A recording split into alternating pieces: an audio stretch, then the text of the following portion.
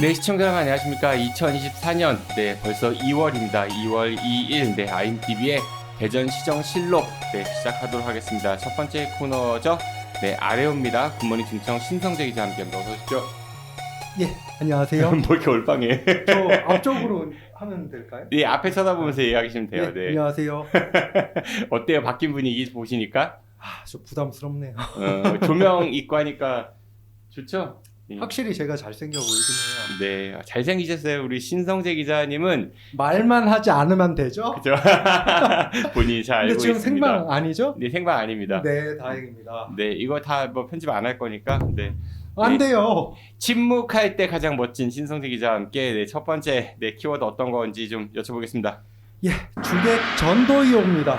서천 화재 상인들은 뒷전, 윤석열 한동훈은 상전. 피해를 입은 그 상인들이 주인공이 되어야 하는데 그거보다는 윤석열 한동훈 이 두 분 만남이 좀 더 주목받아서 이렇게 정한 건가요? 근데 맞습니다. 무려 72%가 그 화재로 인해서 점포가 소실됐습니다. 그런 상황에서도 언론은 상인들을 부각하기보다는 한동훈 폴더 인사로 대표하는 브로맨스의 모든 초점을 맞춰서 이게 과연 그 정치 기사인지 사건 기사인지 사회성 기사인지 도통 이해가 안 가는 그런 그 상황을 만들었습니다. 사실 뭐 윤석열 대통령하고 한동훈 비대위원장 간의 갈등이 좀 이렇게 그 보이는 가운데 만남이어가지고 많은 주목을 받긴 했지만은 사실 더 좀 황당했던 거는 시장 상인들 대부분이 그 상인의 건물 2층에서 대기를 하고 있었고 그런데 대통령이 상인들을 만나지 않고 간 거 그것 때문에 더 많이 상인들이 분노한 거잖아요.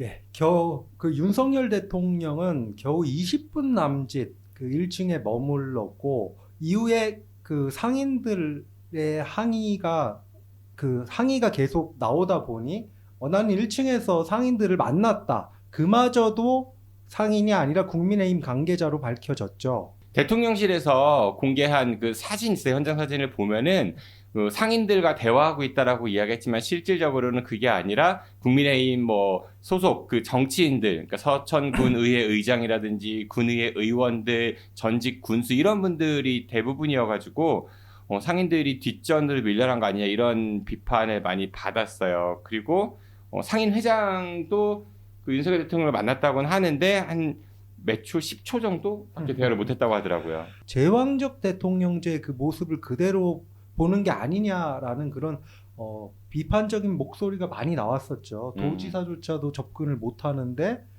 상인들은 피해자들은 그 대통령한테 어떻게 접근하겠느냐 그런 볼멘 소리가 많았습니다. 현장 영상 보니까 그 김태흠 충남도지사가 윤석열 대통령이 항의하는 상인들을 좀 달래기 위해서 뭔가 애쓰는데 역시 그 쉴드 쳐준 데는 한계는 있어 보이더라고요. 나도 지금 상인들이 이 밑에 와 있었는 줄 알았어요. 에? 왜냐하면 꽉 막혀 있었고 그렇기 때문에 요 위에 저기 상인들이 계신지를 몰랐다고. 그런 상황에서 이 부분을 자꾸 해서 오늘 주요 지금 어떻게 해결할 것인가 하는 이런 부분들을 다 정리를 하고 갔는데 이렇게 이 방송을 통해서 일부 못 보신 분들이 대통령 못 본 부분을 좀 서운하게 생각을 하시고 해서 그런 부분들을 이렇게 취재를 하고 집중적으로 가는 건 이거 올바르지 않죠 이거. 선생님 근데 그러면은 네? 1층에 상인이 있는 거랑 2층에 상인분이 더 많이 계셨는데 그 공유가 안 됐나요? 몰랐죠. 그렇죠. 상인 회장이 거기에 있으니까 상인들이 다 거기에 있는 사람들 상인들인 줄 알았어요. 몇 분 계셨어요? 네? 몇 분 계셨어요? 직원. 예? 경호처 직원이었다고요. 경호처 직원. 누가? 밑에 있던 1층에 있던 사람들이요. 2층에 우리 있던 못 나가게 사람들. 막아놨어요. 경호처 직원 지금요 1층에 여기에 계신 분들 더 지금 많았어요. 그 경호처 직원들이 많아요. 본사님 제가 공채가 빌빌 맞고요. VIP 온다고 여기를 먼저 모실 건가 안으로 모실 건가 저희하고 상의했어요. 네. 그래서 저희가 아내가 혼자 보니 그쪽을 먼저 하시고 그러다 한 말씀을 자꾸 짧게 나겠다 저희가 말씀드렸습니다. 그분들이 상인인 줄 알았어요. 그게 다 경원이라고 얘기하면 돼요. 경원이 한 200명 돼요? 네, 그럼 그건 1층에서 아니잖아요. 몇 명 정도를 만난 거예요? 한 150명 내 200명 정도가 상인 있어요. 150명이요? 아니죠. 밑에 상인들 150명 없었었어요. 2층에 다 있었었어요. 그건 없었겠죠. 네, 그런데 없었어요.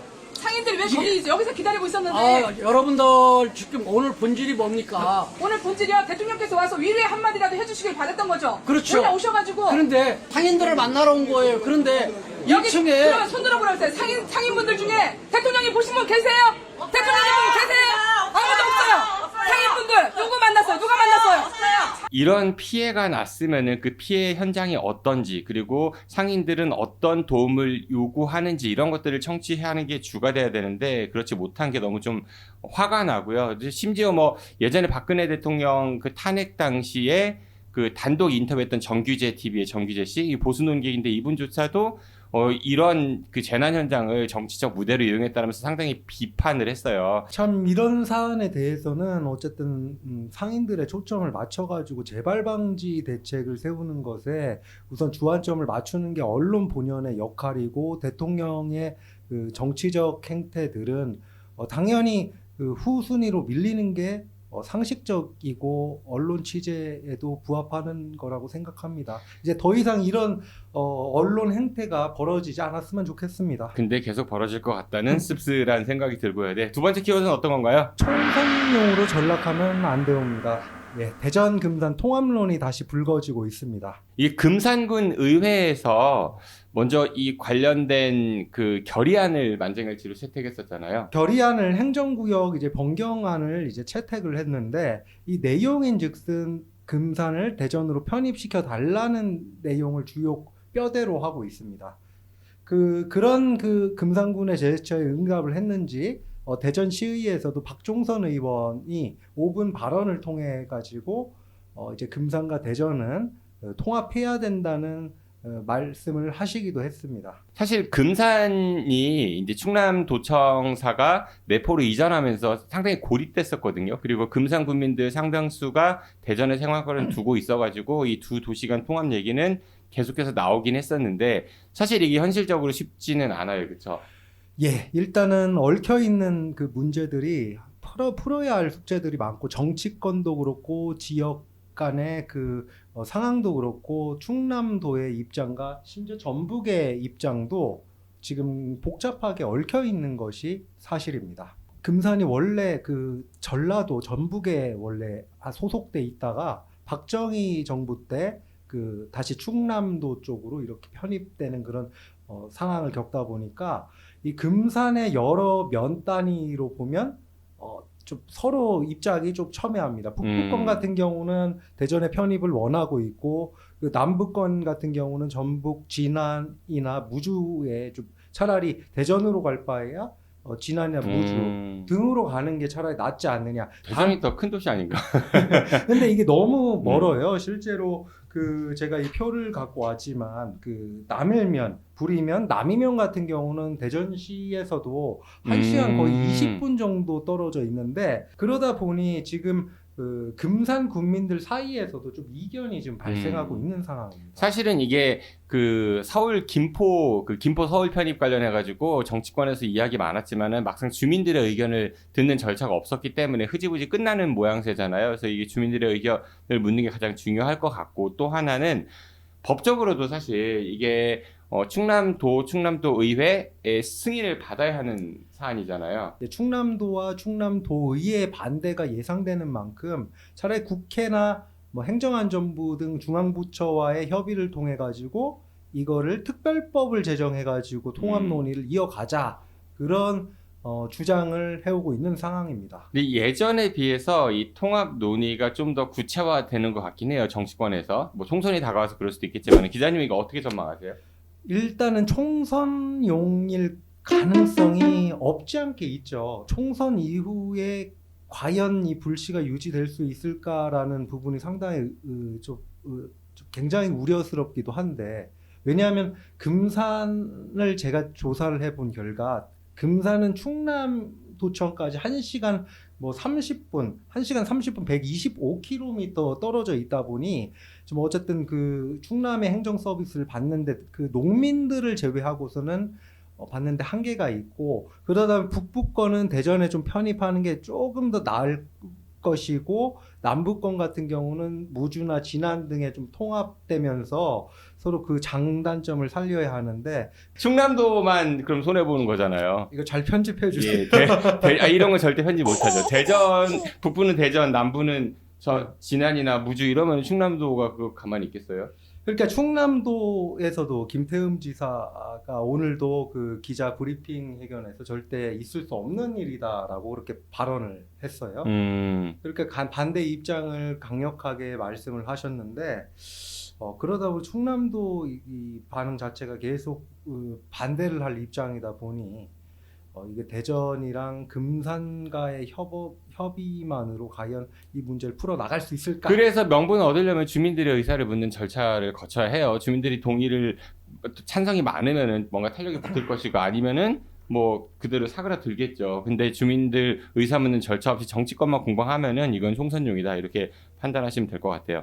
네, 세 번째 키워드 들어보겠습니다. 민심이 둘로 나뉘었습니다. 대전평생교육진흥원 강자 논란이 있었는데 아직도 사그라들지 않고 두 진영이 지금 첨예하게 맞붙고 있어요. 인권 강자 관련해가지고. 그러니까 대전 평생교육진흥원에서 어린이들을 위한 인권 강좌를 개설을 하려고 했는데 그 담당 강의를 맡을 강사가 전 대전시 인권센터장인 그 분이 이제 맡을 예정이었잖아요. 실명 거론하면 안 되겠죠. 마음대로 하세요. 괜찮아요. 예. 김영길 강사님이 그 주인공인데 뭐 고소 얘기도 있다면서요. 신동댕이 내가 기사 쓰고 그래가지고. 뭐 목사라고 표기를 잘못했다. 뭐 네. 그게 잘못한 건 아니죠. 근데 제가 좀 오해가 있어서 목사라고 표기를 했는데 그 제가 목사는 맞지 않아요? 목사 맞습니다. 근데 뭐가 잘못됐다는 거예요? 목사하면 자기 프레임 더 치워질 수가 있다고. 그런 그래서 걸 굉장히 좀 우려를 하시고 있으신데 그래서 뭐 고소한다고 했어요? 그런 말씀을 좀 법적인 검토까지 하겠다라고 그렇게 말씀을 하셨는데 쫄려요? 뭐 그런 걸 안 그런 쫄려요? 걸 갖고 쫄리면 기자가 아니죠. 네, 저도 네. 기자인데. 일단 안 쫄려요. 네. 그래서 그러니까 어쨌든 근데 이게 좀 안타까웠던 것은 어쨌든 인권이라는 것들이 우리가 이게 옳다 그게 그르다라고 재단할 수 없는 거지 않습니까? 근데 이 강좌를 두고서도 이거 어쨌든 평생교육진흥원에서 좀 논란이 있는 분의 강의다 보니 취소를 권유를 해가지고 이를 받아들인 상황인데 받아들였고 그래서 그 강의는 없는 걸로 이렇게 흐지부지 됐습니다. 김영길 강사 사례는 보면은 인권센터장 할 당시 아니면 그 이전에 이제 행보들을 보면은 성소수자에 대해서 이제 잘못된 거다 이런 취지의 이야기들을 해가지고 이게 차별 아니냐, 그 인권은 보편적인 건데 너무 종교의 편향성이 들어간 거 아니냐 이런 주장들이 많았었잖아요. 근데 사실 인권이라는 거는 누구에게나 보편적으로 적용돼야 될 가치입니다. 그래서 옳고 그름의 문제가 아니라 서로 다름을 인정하는 거죠. 그건 죄하고는 별개인 거예요. 그런데 뭐 성소수자나 특수한 상황들을 죄악시 여기는 거, 이거는 보편적 인권에 좀 저해하는 그런 시각 아니냐, 뭐 이런 우려들 때문에 반대가 있었던 거잖아요. 강사는 본인 딴에는 보편적, 천부적, 그리고 그 자의적, 그 일부 소수, 그러니까 일부 상대적인 인권이 있다고 하면서 자기는 학술적으로 실제로 이분이 인권 관련해가지고 논문까지 있고 박사학위도 실제로 있을 정도로 그 인권을 구분해가지고 그 일을 나누려고 했고 그런 상황에 경영을 하다 보니 좀 오해가 생긴 것 같다라고 그런 말씀을 했고 자기 어쨌든 학술적인 취지의 그 부분에 있어서는 자신만만한 것도 사실입니다. 그만큼 자신만만. 나름 공부도 열심히 하신 분 같은데 박사님이시면은 많이 공부하신 분이죠. 네, 박사까지 하셨으니 많이 하셨던 부분인데 이런 문제를 어쨌든 그 신분이 어쨌든 그 종교도 있으시고 그러다 보니까 없지 않게 그런 모습들을 좀 나타내다 보니 좀 오해 아닌 오해가 생겼던 것 같은데 뭐 살인을 하거나 사기를 치거나 이런 건 범죄입니다. 반드시 처벌을 받아야 하죠. 하지만 성적 지향성이 다르다는 거, 물론 종교적 관점에서는 기독교에서는 뭐 남자와 여자의 성 역할이 나눠져 있다라는 뭐 그런 이제 교리가 바탕에 깔려 있지만 종교가 다른 종교들도 있는 거잖아요. 그리고 뭐 우리 프란치스코 교황께서도 성소수자에 관련해 가지고 차별을 하면 안 된다는 취지의 그런 발언들과 행동들도 보여주고 계시고 그러니까 그런 문제인 것 같습니다. 근데 이거를 종교적 관점으로 볼 것인가 아니면 보편적 관점으로 볼 것인가. 아무튼 이분의 강좌 예정돼 있던 것이 이제 결국 취소가 됐고, 근데 이분은 뭐 공개 토론 이런 것도 좀 하고 싶다 이런 얘기 하시더라고요. 예. 근데 조건을 IMTV에서 한번 마련해 볼까요? 아니 조건을 음. 달았어요. 어떤 거요? 무조건 전문가들과 토론을 해야 한다. 또 시민사회 단체들과는 좀 토론하기는 좀 그렇지 않나. 네, 이번 주, 네, 아뢰옵니다는, 서천 그 화재 현장에서 윤석열, 한동훈 이 두 분의 만남이 주목받으면서 상인들이 뒷전으로 밀린 그 이야기와 대전금산 통합론이 이제 주민들의 의사를 물어야 한다. 그리고 대전 평생교육진흥원에서 인권 관련 강좌 논란에 대해서 이야기 나눴습니다. 굿모닝 충청 신성재 기자였습니다. 고맙습니다. 감사합니다.